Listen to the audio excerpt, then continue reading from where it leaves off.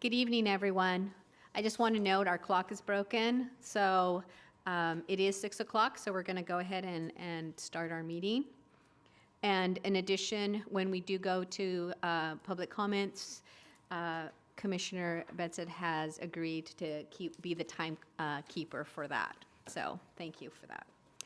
Okay, good evening, everyone, and welcome to the January 22nd, 2026 meeting of the City of Clovis Planning Commission. Members of the public are encouraged to participate in meetings by accessing and listening to the webcast on the city's website, providing written comment at the same website, or coming in person and engaging with us here. If you would, I'd like to call, oh, where's my little, sorry. The gavel was too far. I'd like to call this meeting to order. Please join me and Commissioner Hinkle will be leading us in the flag salute.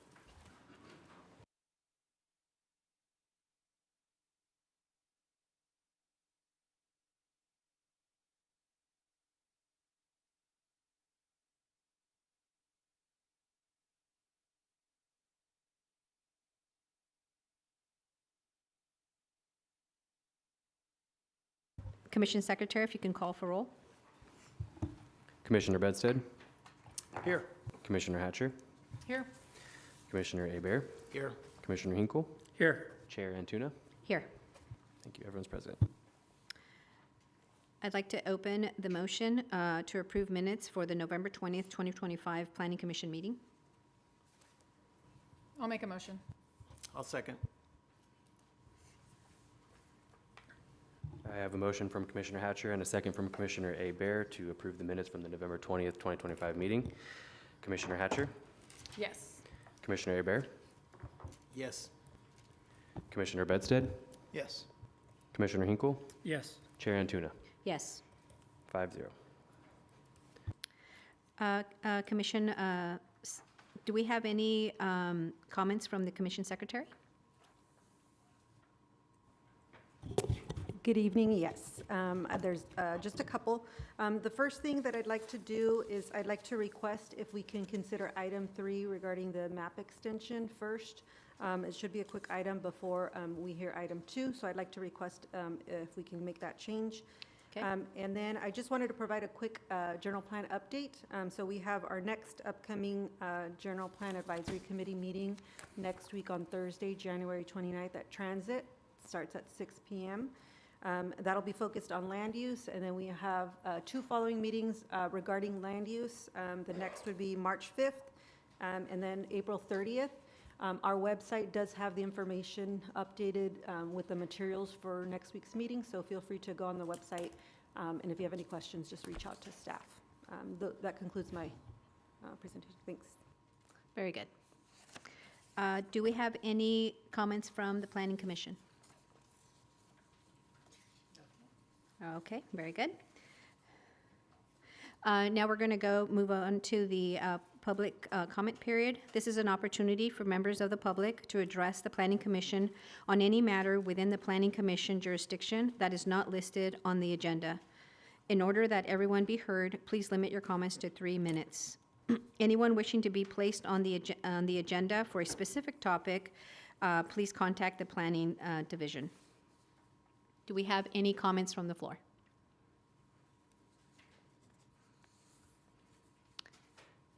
Very well, seeing none.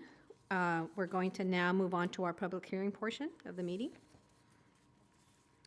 I do want to state that kind of want to go over, I see we have some people in the audience, which is really great. It's really great to see you all here to come and participate. I do want to just say that we're going to run through the meeting. Typically, it's a presentation by staff, and then the applicant comes up and speaks, and then we open up for any questions the commissioners have, and then we open the public hearing. You will have an opportunity to speak either for or against a project, and then we close the public hearing. The applicant will have a chance for rebuttal, but since the public hearing is closed, it's only the applicant that will have opportunity for rebuttal. Okay? Now, having said that, we're going to go ahead and introduce item number 3 as requested by Commission Secretary.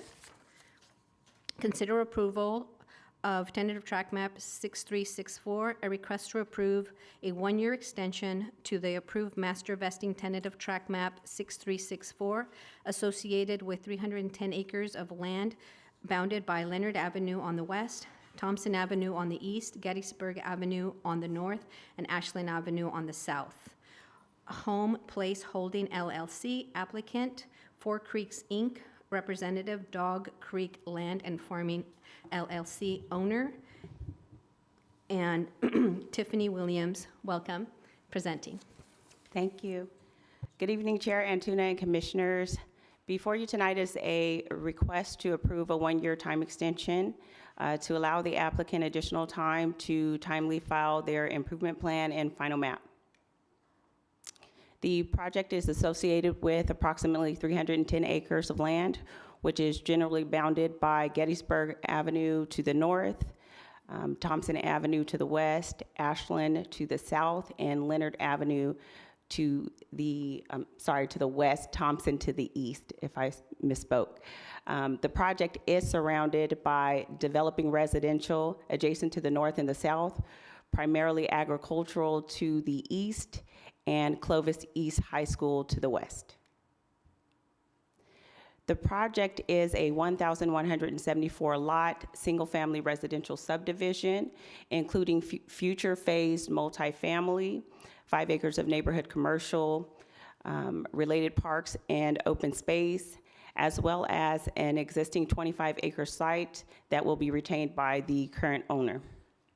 Along with the map, a planned development permit was approved, and it established the development standards which are required under the R1 PRD zone district. So the Planning Commission did recommend approval of the project to City Council on July 28th.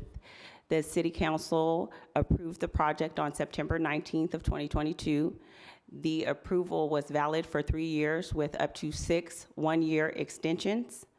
And on November 13th of 2025, the applicant submitted a request for their first one-year extension. Although the extension was submitted after the expiration, we did accept the request because the applicant had been actively working with the city since early summer of 2025. In addition, there were significant delays due to the relocation of Dog Creek Canal. So this particular extension would extend the approval date to September 19th of 2026, allowing the applicant additional time to timely file their improvement plans and final map, which they do anticipate on doing in early 2026 with construction expected in summer of 2026. Okay, and for the environmental analysis, there was an initial approval with the project that was found to be exempt. With this time extension, there is no change in circumstances, scope, density, design, and so therefore the project remains exempt from environmental review. Notice was published in the Business Journal on Friday, January 2nd. And mailed to 462 property owners within 600 feet of the project site. We did receive one public comment, which was provided and placed on the dais for your consideration. Based on the findings, staff recommend that the Planning Commission approve the environmental exemption and approve a 1-year extension to the approved project. That concludes this presentation. I am available for questions. Are there any questions of staff at this time from the commission? Okay. Sorry, go ahead. The major delay on this was the Dog Creek. That's correct. That was the main problem that, Yeah. which we had no control over. Thank you.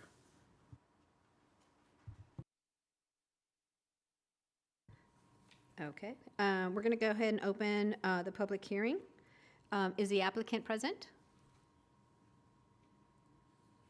Oh, okay, if you can step up to the podium there should be a little button to turn on the mic. State your name and address for the record. Hello, good evening. My name is Christina Guzman. I am the Forward Planning Manager of Truemark Homes. And I just wanted to say thank you to staff for recommending approval of this item, and I'm here to answer any questions.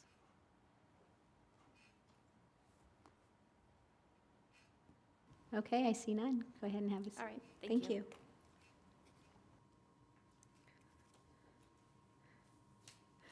Okay, at this time, I'm going to invite anyone in the public who would like to speak in support of this project.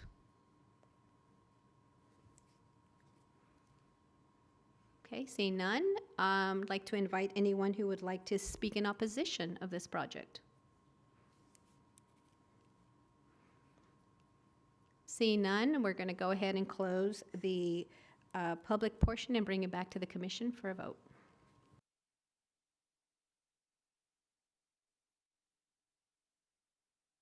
No discussion? All right, very good. All right, I'll then make a motion. I will make a motion that we approve a one-year extension of track map 6364. I'll second. I have a motion from Commissioner Bedsted and a second from Commissioner Hinkle to approve. Commissioner Bedsted, Yes. Commissioner Hinkle, Yes. Commissioner Hatcher, Yes. Commissioner Abear, Yes. Chair Antuna. Yes, The extension is approved 5-0. very good. We're going to go back up now to item number 2. This item was continued from the October 23rd, 2025 Planning Commission meeting. Consider approval of CUP 2025-006, adopting a Class 32 categorical exemption, approving a conditional use permit to allow a 3-story mixed-use development with ground floor commercial space and parking and 1 resident above, located at 319 Bullard Avenue. Owner applicant Rick Sassano, Tiffany Williams, staff presenting. Good evening again. Tonight I will also be presenting item number 2 on the agenda. So this project proposes a 3-story mixed-use development, which will be located at 319 Bullard Avenue. It's on the northwest corner of Bullard and DeWitt Avenues. The project site is approximately 0.05 acres of land, a small vacant infill lot with commercial uses surrounding it. The site is Zone C3 Downtown Commercial District. The general plan designation is Mixed Use Village, and this project site falls within the Central Clovis Specific Plan in Planning Area 1, which is the Old Town Storefront Commercial. The general plan, zoning, and specific plan are consistent and encourage as well as allow mixed-use development with an approved conditional use permit. So the Planning Area 1's vision is to encourage diverse mixed-use commercial that will support a thriving local community. It also supports enhancing pedestrian quality, which means fostering walkability and reducing reliance on vehicles. It also seeks for efficient land use, which means maximizing the space we already have, that existing space, and using it effectively. It also aims for smart growth, which means it's looking at meeting the diverse housing needs while still maintaining the authentic character of the community. So this project, again, is a 3-story mixed-use development. The ground floor will feature a 368 square foot retail space that can be accessed off of Bullard Avenue. On the ground floor, there will also be a 2-car garage, which will be exclusive to the residents. On the 2nd and 3rd floor of the building, there will be a single residential dwelling unit. In addition to that, there will be new tree plantings right along or near the new building facade. There is an existing public alley access that will be the one point of vehicle access for the residents. In addition to that, the structure, as was shown in the staff report, is taller than the immediate surrounding properties, which aligns with the specific plan in that it provides visual interest, as well as it can become the gateway into Old Town Clovis. So this is a continued hearing. The item was scheduled for Planning Commission on October 23rd. Notice was published in the Business Journal on Monday, October 6th, and was mailed to 30 property owners within 300 feet of the project site. At the request of the applicant, Planning Commission granted a continuance to a date certain of January 22nd, which is today, and we did receive two written public comments, which were submitted, and they were placed on the dais for your consideration. So as mentioned previously, we did receive comments. Staff did address the comments, and we'll briefly go over some of those comments at this time. So in regards to noise, there is the potential for construction noise.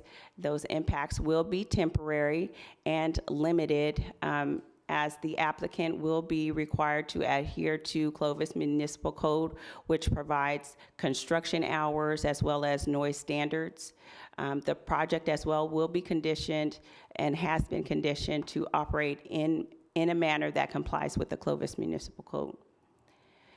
There was a concern received for air quality in regards to vehicles backing out of the residence. In addressing that, vehicle movements are limited and will occur only in that open air alley, and are not expected to cause any prolonged exposure to neighboring offices. There was also a concern received in regards to loitering and nuisance. This project will include design features that will make it or promote visibility and activity, and then any future issues that may arise can be addressed through our standard code enforcement process. There was a concern received about usage of private trash enclosures. The applicant did coordinate with Public Utilities Department, and they a determination was made that trash toters could be stored inside of the building, and then there would be a designated pickup location. There was also a concern received about side setbacks and about specifically the project structure being located on the property line. According to the specifics plans, development standards, and design guidelines, the property is permitted to site directly on the property line, and that is consistent with adjacent businesses. Another concern received was in regards to the building height, more specifically to privacy and obstruction of light. The height is within the zoning limits. The C3 zone allows up to 50 feet with 4 stories, and this project is at 32 feet with 3 stories.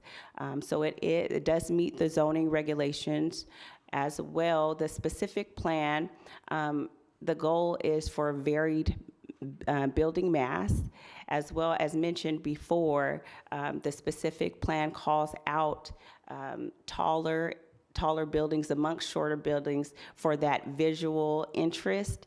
As well, this project could become a gateway for Old Town Clovis.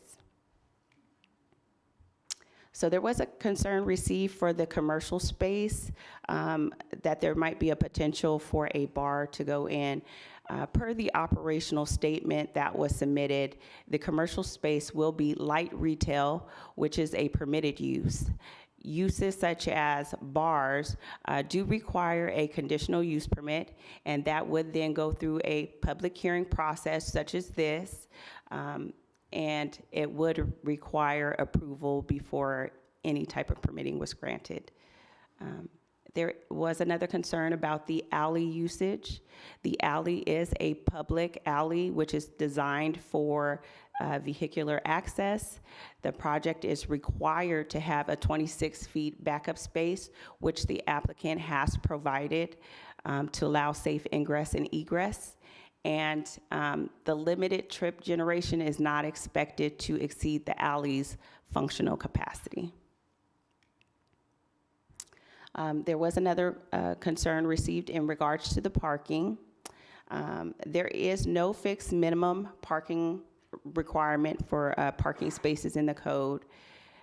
What it states according to the specific plan and then the zone is that requirements are determined by the CUP process based on mix of uses, project intensity, and surrounding context.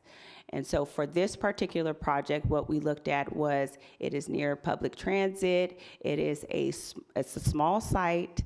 It's at 0.05 acres of land. We also looked at the public parking options nearby. And so there were a variety of things that we looked at, and staff, after the evaluation, determined that the parking that's provided, which is the 2-car garage for the residents, is adequate and is consistent with the zone specific plan and general plan. The project will be conditioned to require advertising and promotional materials for the business to include clear information directing customers to appropriate parking locations. And this condition has been given to address the concern of people or customers parking in private parking areas. The project is not proposing use of any privately owned parking lots. The parking lot referenced in the staff report, which was brought up as a concern, is a city-owned parking lot within the PBIA.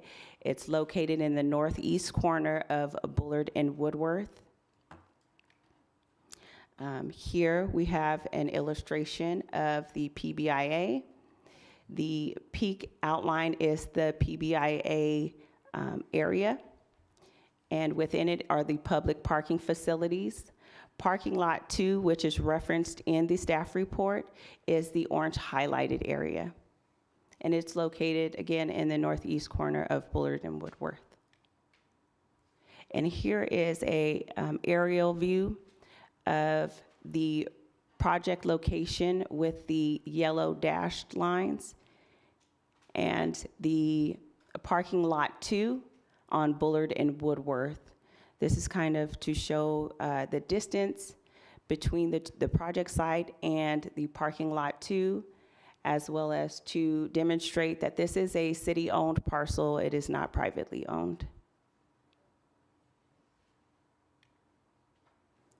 So based on the findings, staff is recommending approval of the project. Staff is recommending approval of the categorical exemption and the conditional use permit. That concludes staff's presentation, and I am available for questions. Do you have questions of staff? I do. Just have a question here. Regarding the trash toters, are those just going to be the standard residential style toter, or are there going to be something larger?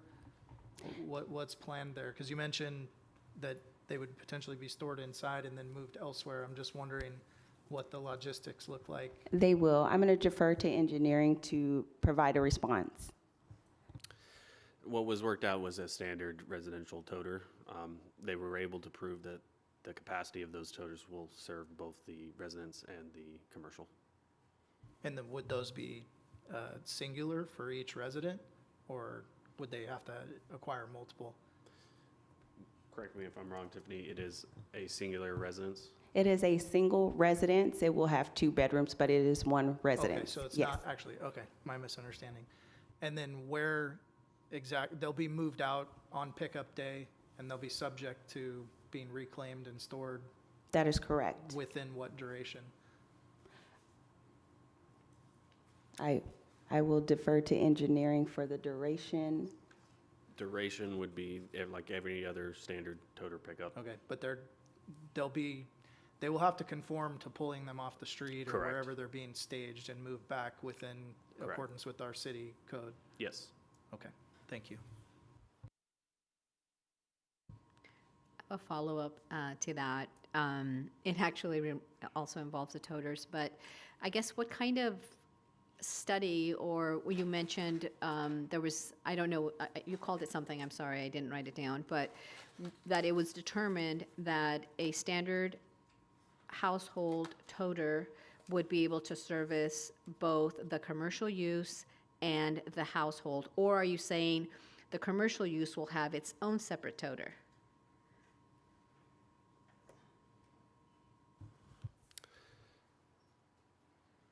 If I remember correctly, it was that the singular toter would be able to function for both the residence and the commercial usage. That's separate, sorry. They are having separate toters for the commercial use and the residence. Correct. Okay, so the residential will have its own 3 toters that we all get, and then the commercial will have its own 3 toters, but the same size, Correct. residential size. Correct. And both commercial and the residents understand that they need to store their toters indoors. Correct. Okay, thank you for that clarification. Are there any other questions for staff? Yeah, I'm going to ask one other question. You mentioned the signage helping individuals navigate to where other parking is available. I imagine that'll be done as part of some sort of site plan review to where that signage gets posted. But for other private areas, if it's not already, will we allow, or will this project furnish signage to designate those as private parking areas? Just to help allay and get rid of the fear that those may be consumed errantly. That was not included as a condition. What was written in the staff report is that any private parking lots that are adjacent to the project would provide their own signage, that customers are not to park in these areas because they are private, which is why we added the condition in that the applicant would then be required with any promotional or advertising to direct customers to a parking lot that they could park in. Thank you. Any other questions of staff? Very well, we're going to go ahead and open the public hearing now. Is the applicant present?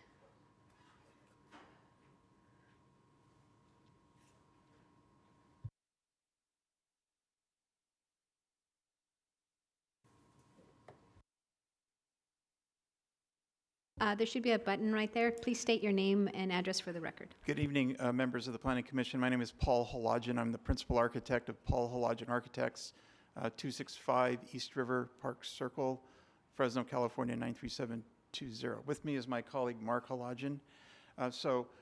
Just a brief background. Mark and I are both architects and urban designers. We've both lived in other big cities, and one of the things that we just find so rewarding about this project is this is an example or an opportunity to bring current thought about urban design, what other cities are doing across the country to embrace more walkable, livable cities. Old Town Clovis, one of the great things about Old Town, and compared to a lot of other cities across California, is you've hung on to your history. You haven't destroyed your urban core. Old Town is probably one of the most desirable urbane settings in the entire valley.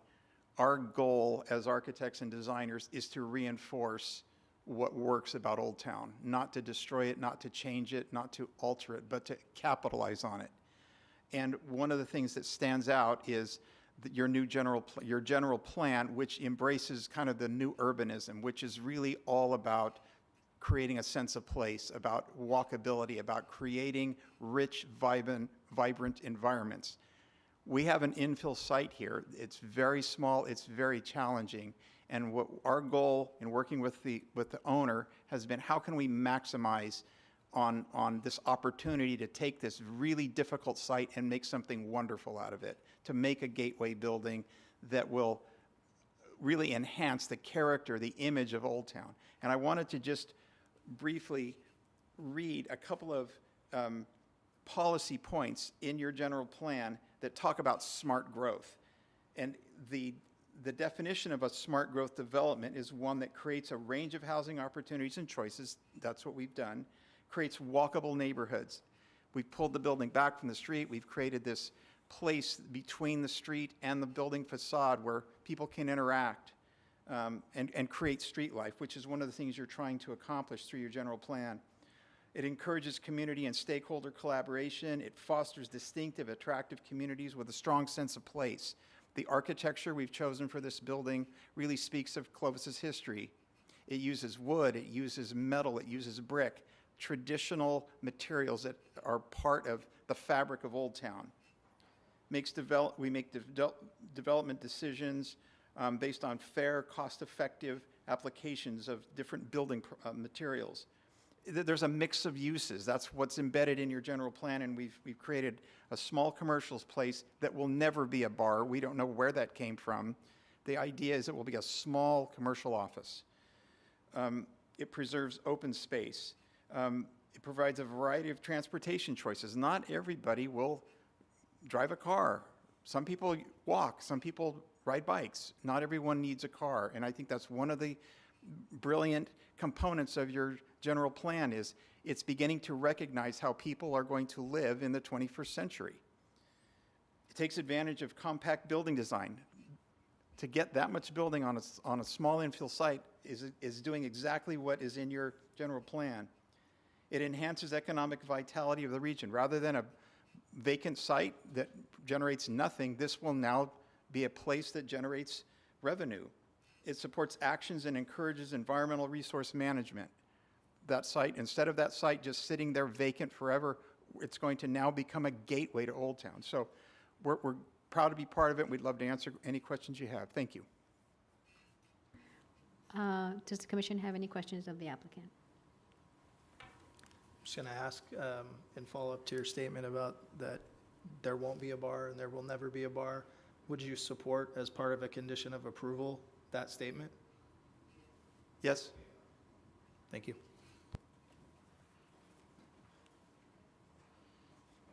Any other questions of the applicant? You mentioned that possibly office space is what you're looking at. Do you have an idea of what type of business would be going in there at this time? You don't have to say. There's been a number of Yeah. things that we've discussed. They were Okay. all appropriate uses. Yeah. More than likely for the foreseeable future, it may be the owner's private office. Very good. Thank you. Any other questions of the commission? Thank you. Thank You may you. have a seat. Okay, at this time, I'd like to open it to the public. Do we have anyone in the public who would like to speak in support of this item?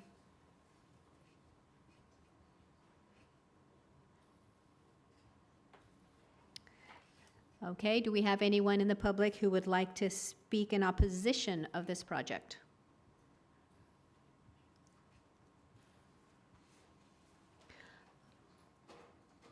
Opposition? Yes. Please step up to the podium, state your name and address for the record. My name is Paul Woodworth. I'm the manager of Mountain View Investment Properties. I'm also the manager of Alps Farms LLC, which is also an affected property owner. The address of my office is 311 Bullard Avenue, and it's in Clovis, California, so it's a subject property. So two comments that have come up as questions, the trash toters. So if you look at the design where they want to put those toters, which can total up to 6, is right outside of my office.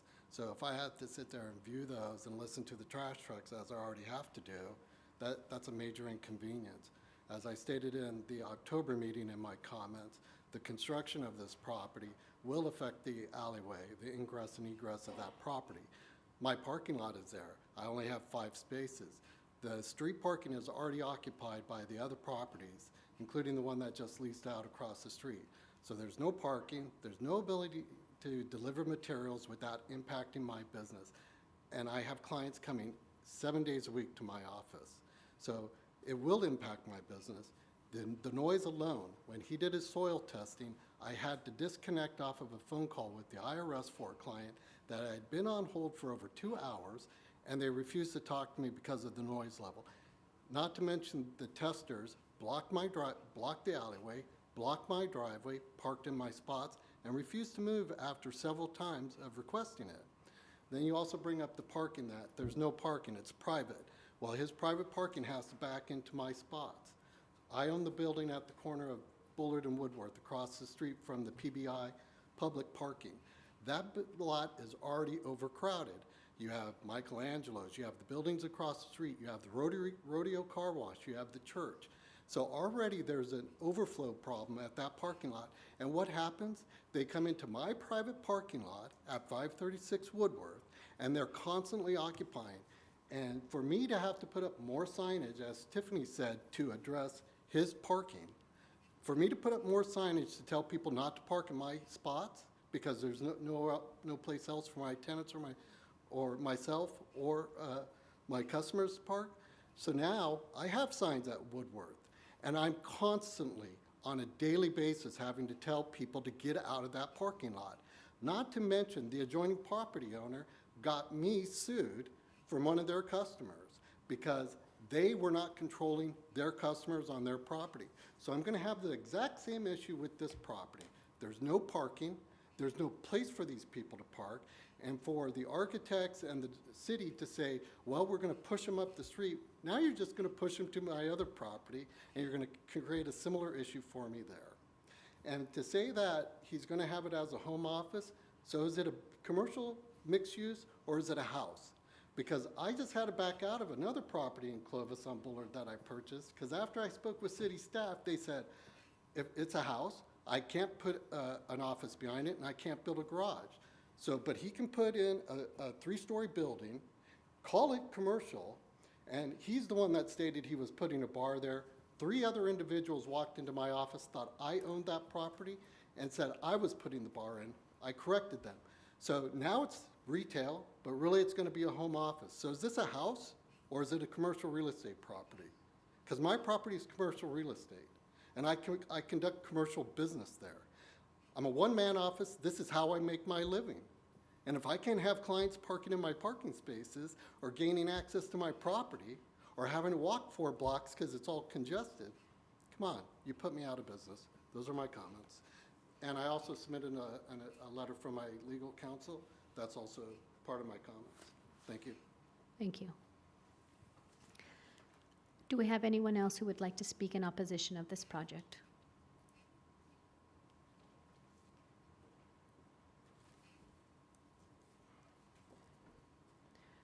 Seeing none, we're going to go ahead and close the public hearing and bring it back for commission for a vote. Does commission have any clarifying questions for staff? In follow-up to one of the comments made here on the toter location, obviously, trash pickup is trash pickup. There's people driving trucks in front of my house. Some of us work from home sometimes. But in terms of exactly where the toters are located, I don't know if we can show that or be able to illustrate that and see if there's alternatives, or at least even understand where exactly they're going to be placed. That wasn't clear to me in the presentation.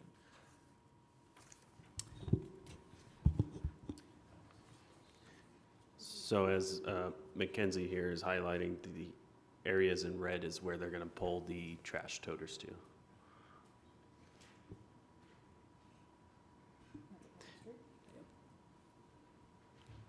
And just to clarify, there's no ingress egress right there, no drive access or anything that will be obstructed in any way? No, they're being placed on either side of the drive approach. So the drive way for the alley should not be impacted.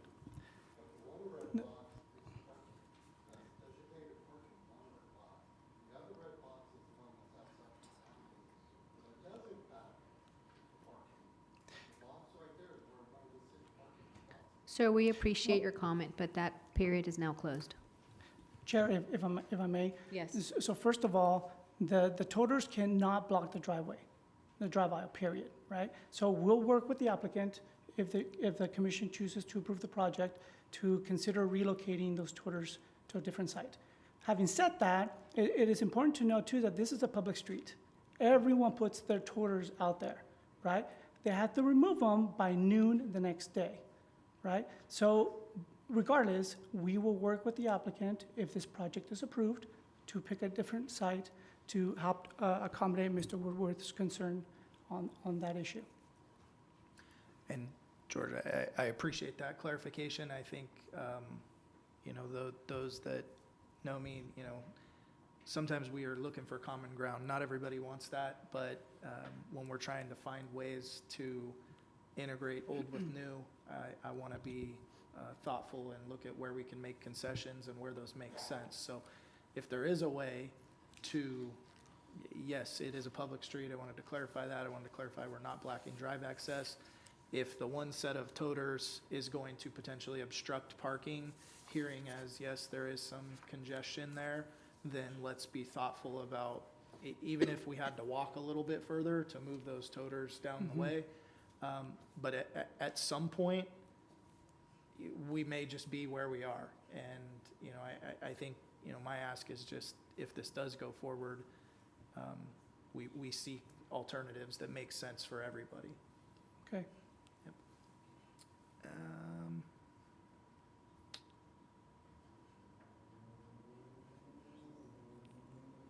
And that's all I have. Thank you.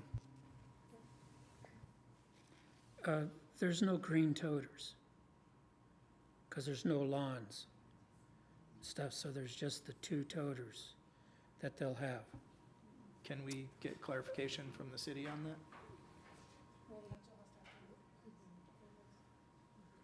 We have Sean Smith coming up right now. Hi, thanks, Commission.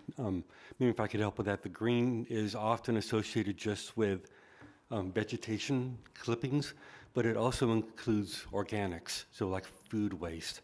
So that definition has been expanded so that there will be 3 toters, you know, the regular, the recyclables, and the organic. Thank you for that clarification. So to follow up with just on the toters one last time, can staff clarify, all of the other businesses also have to put their toters on that street? So all of the waste containers are going to get picked up? I'm looking at public utilities, Sarai, if you're able to confirm that, where they put their toters, is it on the street there? Sarai is with our public utilities department. Yeah, thank you. Yeah, Sara Yanovsky, Public Utilities Department. So I do know that just across the way on the adjacent side to the west, there is an existing trash enclosure. So currently, our trucks will definitely go through that alleyway to pick up the enclosures that are located within that trash enclosure. Sorry, the bins that are located within that trash enclosure. So we already operate within that alleyway to do pickups. As far as this specific project, it looks like it is planned for the toters to be placed on Bullard. So we will work very closely with the customer to make sure that there's an adequate area where we can place those toters to be safely picked up on the appropriate time. Okay, so that answers that question. So can you also confirm, staff, sorry, probably not you, that the street is a public street? Because I know he mentioned that the other business parks there, but that's a public street, it's first come, first served? Bullard or the alley? No, Bullard. Bullard, it's a public street. Okay, so that'll be open to anybody. Okay. And as for the concerns about noise, I mean, construction's construction. In terms of having things, if this is approved, having items delivered, materials, are you guys gonna work with whoever to make sure those are delivered on the street so that they're not blocking the alley? I mean, has that been a consideration that you guys have worked through? And that's one of the items I was going to cover, if that's okay with you, with a number of items. But to go ahead and answer your question now, yes, this project, if approved, will require to acquire an encroachment permit with our engineering department. And through that encroachment permit, there's going to be certain parameters that they're going to have to comply, and that is to provide Mr. Woodworth access, reasonable access to his property, right? Everyone's entitled to it. Will there be inconveniences? Yes, there will be, but they will be provided access. Okay. I think that's it for now. If you have other things you're going to go over, I might have other questions. Yes, if I may I cover some of those comments? Absolutely. Okay, I do want to, for the record, respond back to Mr. Woodward's counsel, Mr. Hunter Castro's letter for the record. And first and foremost, I want to make sure to state that the assertions made here, they're completely unfounded. And frankly, some of the assertions that are claimed here that there were no concessions reached between both applicants. It is between both Mr. Woodworth and the applicant. The city's not involved in that. I was not made in any purview what was going on, what discussions were made. So I cannot speak of that. As well, there was an assertion here that city staff performed no outreach. That's false. I can attest that Tiffany did email Mr. Woodworth, and there was a communication there, and there were ample opportunities for Mr. Woodworth to reach the project planner on this matter. Also, the CEQA exemption is appropriate for the project, and the project description is sufficient for the commission to consider the project tonight, whether you choose to approve it or deny it, but it is sufficient. Also, the claims on noise, the project will be required to comply with our noise ordinance and our standards for construction. They're not exempt from that. No one is. So they will need to comply with that. Also, I spoke about the encroachment permit. CEQA, the CEQA exemption is adequate. The project, the assertions made here about traffic not being analyzed, sewer and water, yes, they were. They were with our environmental impact report with the general plan. The use is consistent with the land use, right? They're not proposing a general plan amendment. If they were, our engineering staff will be analyzing that, requiring a sewer study, water study, traffic. But here this evening, they're not proposing a general plan amendment. It's a use allowed by code with a conditional use permit. Having said that too, as Tiffany mentioned, any bar being proposed, it requires a conditional use permit. It will come back before the commission, and it will be up to your discretion if you want to approve it or not. That's a moot point because it looks like the applicant now has reached an agreement that they're willing to put a condition on this project that no bar will be ever here. Also, parking, there was an assertion here that we're not able to not require parking for the commercial use, and that's inadequate as well. Per municipal code, it gives the discretion to the commission if you choose to approve a project with certain exceptions on parking. And you may choose to approve it or not, right? But the code provides that provision for your discretion. And finally, I wanted to mention that the proposed use is something that the specific plan is encouraging, is looking for, right? The specific plan document is not a document that staff made up in a back room somewhere and is trying to implement. It took time to analyze. We did public outreach. We took it to council. Council adopted it, and it has certain visions, and this is one of them. In fact, for the record, I want to mention that when Mr. Halajian came to us, the project was actually proposed for a 4-story building. I asked them to please work with us and reduce the height of that building to what you see today, 3, and they did. They worked with us on that. So there was some concessions, at least with us, to try to get to a yes with staff. So having said that, I just want to put that for the record. Thank you, George, for the clarification. Do we have any further discussion? Just one more follow-up question. In regards to him using it as a private office, Since it is supposed to be a business use, I'm assuming the staff will follow up and make sure that it is being used correctly? Yes. Okay, just wanted that for the record, thank you. This design is something that we're seeing that Sacramento is pushing on the cities today. And if you go into the Bay Area, you see a lot of this now. But this is a design that Sacramento says, cities, this is how you're going to design in the future. So I'm kind of glad to see that Clovis has stepped up a little bit to keep us out of trouble with Sacramento and their future plans on how they're going to govern our cities. So I had some concerns coming into this meeting, and I'm glad that staff addressed these concerns raised by the legal document that was submitted to us prior, because I'm glad you addressed those point by point. And then from October, the October meeting, I had some serious concerns about the bar, and that I thought that was a valid point, but it sounds like that's been mitigated this evening. And so I don't have any, my concerns have been addressed this evening, so that's where I'm at. I just want to comment. As George specified, the specific plan, which is one that was cited here, is not something that is entered into without rigorous work. I personally sat on that committee. It took over 2 years for us to bring a final document to council, to commission, and then to council. And when we discussed there was 40 of us, and then it dwindled down, but we did a lot of public outreach. We did at least 4 or 5 meetings and boards, and it was a lot of fun. This is a project that we had envisioned.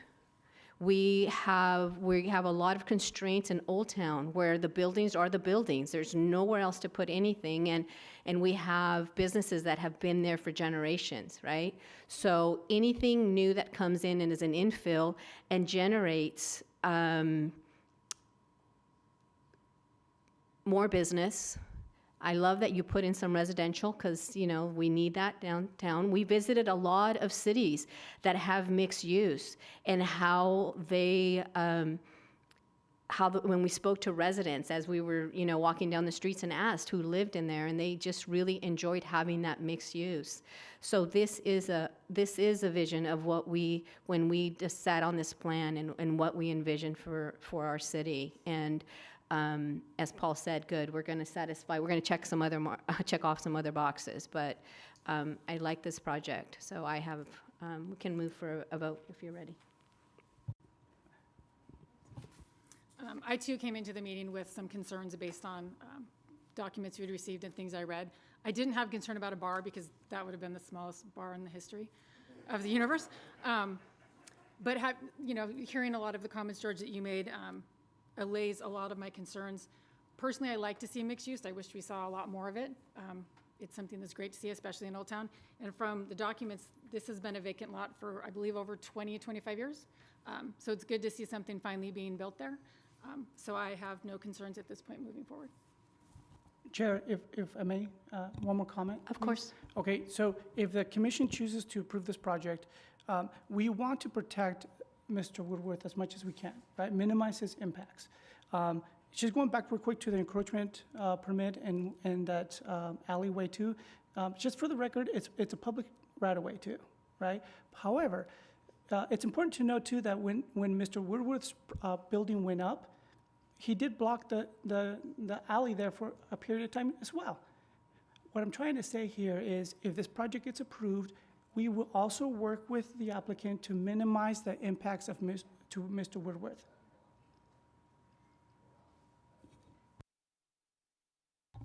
Okay. I think like my fellow commissioners, as I've listened here, as I've evaluated the material, infill lots can always be tough. We've done some creative things with infill lots at times. This one, I think, is fitting for what we're trying to do and what we envisioned within the Old Town community here. Noise, as was said, all of that will conform with our municipal code. Parking, this commission is constantly talking about and evaluating parking. I think, you know, you do have the city streets, we do have the public access ways through the alleyway. I don't see how we can't be successful here, especially if we're not going to have a bar, even if it's the smallest one ever. Not having this massive social draw where people are trying to find a place to park and spill over. I do, again, want to affirm that, you know, I'd like to see the city explore alternatives with toters, even if that means they've got to hike up the street just a little bit more to not try to block parking. But overall, I think what I'm seeing here is a project that I'm in support of.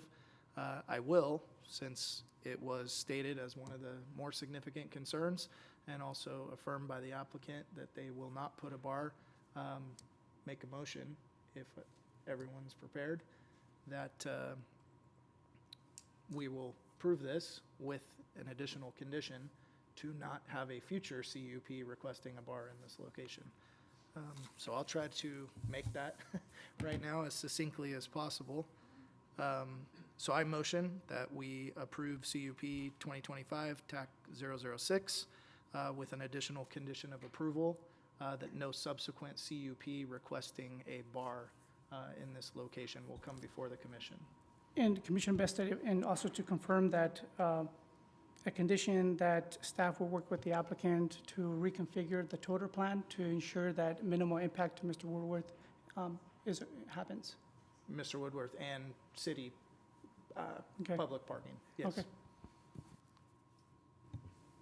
I'll second that motion. Before we go to a vote, the encroaching permit, that's also a given, right? The encroaching permit that you're going to work with? Yes, as part of the Yeah, the conditions of conditions. approval, I'm Okay. looking at engineering, the encroachment permit. Yeah, it's usually added as a condition of approval, and if you do any work in or around the public right-of-way, you have to pull one. Very good, thank you. Ready for a vote? Yes, call for the vote.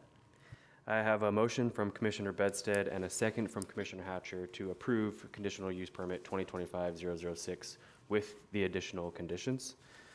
Commissioner Bedstead, Yes. Commissioner Hatcher, Yes. Commissioner Hebert, Yes. Commissioner Hinkle, Yes. Chair Antuna. Yes. Conditional use permit passes 5-0.